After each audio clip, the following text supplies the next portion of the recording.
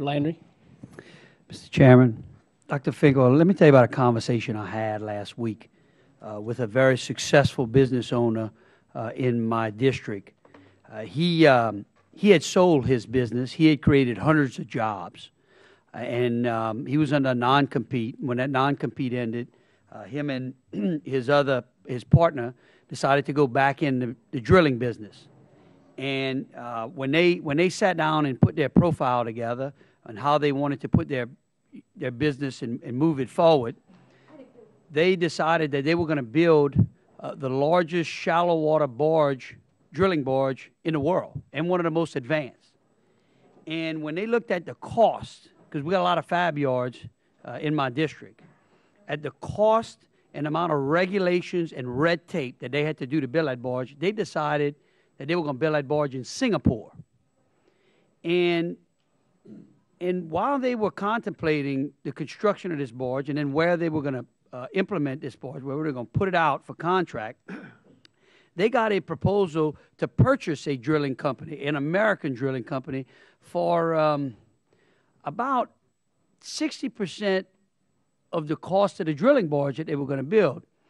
And they made a determination that they didn't want to do business in America anymore, that they were going to build this barge in Singapore, and they were going to float it and send it to Nigeria to drill, because it's more business-friendly in Nigeria than it is in this country.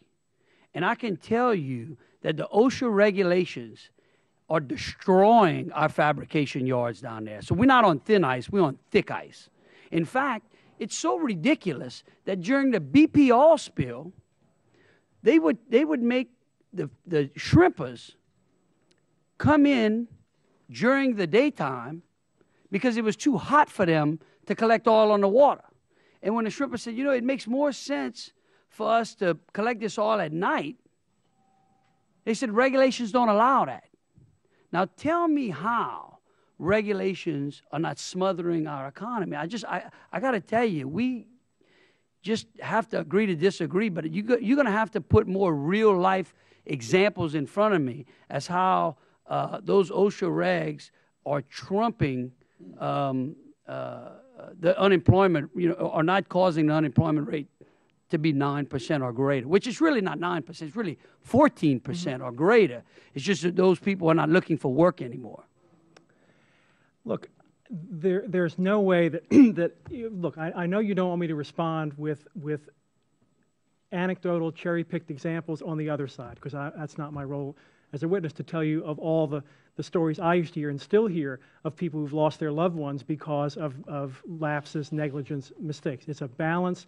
Of course, there are going to be poignant stories of businesses who have had difficulty complying with what... But isn't that the role of the legal system? Is that not the role of the legal system to determine whether or not businesses are operating in a fair, safe environment for their workers? If people are getting injured and deaths are being caused, isn't that what the plaintiffs lawyers do? And when they go in and they impact those small businesses have a choice of whether they want to pay those types of fines and settlements, or whether or not they want to make their work environment safer. I mean, look, OSHA just issued a regulation where our welders are now going to have to wear long sleeve, Nomex outfits that don't breathe, and it's 110 degrees in the shade in Louisiana. How do we keep working under those conditions? There's no waiver for that. What do we do?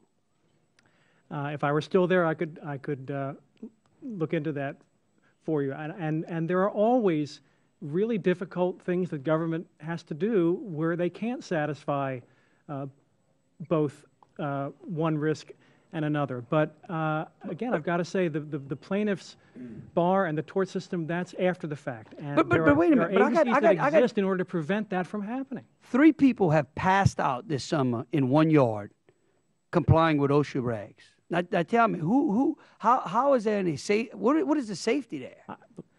I know that OSHA just put out last week, I don't follow them week to week, but this is the week, or 2 weeks ago, they put out a whole set of interpretation and guidance on heat stress. They're very aware that some of these It's hard to be safe and cool at the same time. It's hard to be wearing a respirator to protect your lungs and have to breathe through dusty respirator. There are all kinds of very difficult choices where if we had a little more technological innovation, we could solve some of these problems. But again, it's hard to work and earn a living under those regulations. That's what it's hard to do.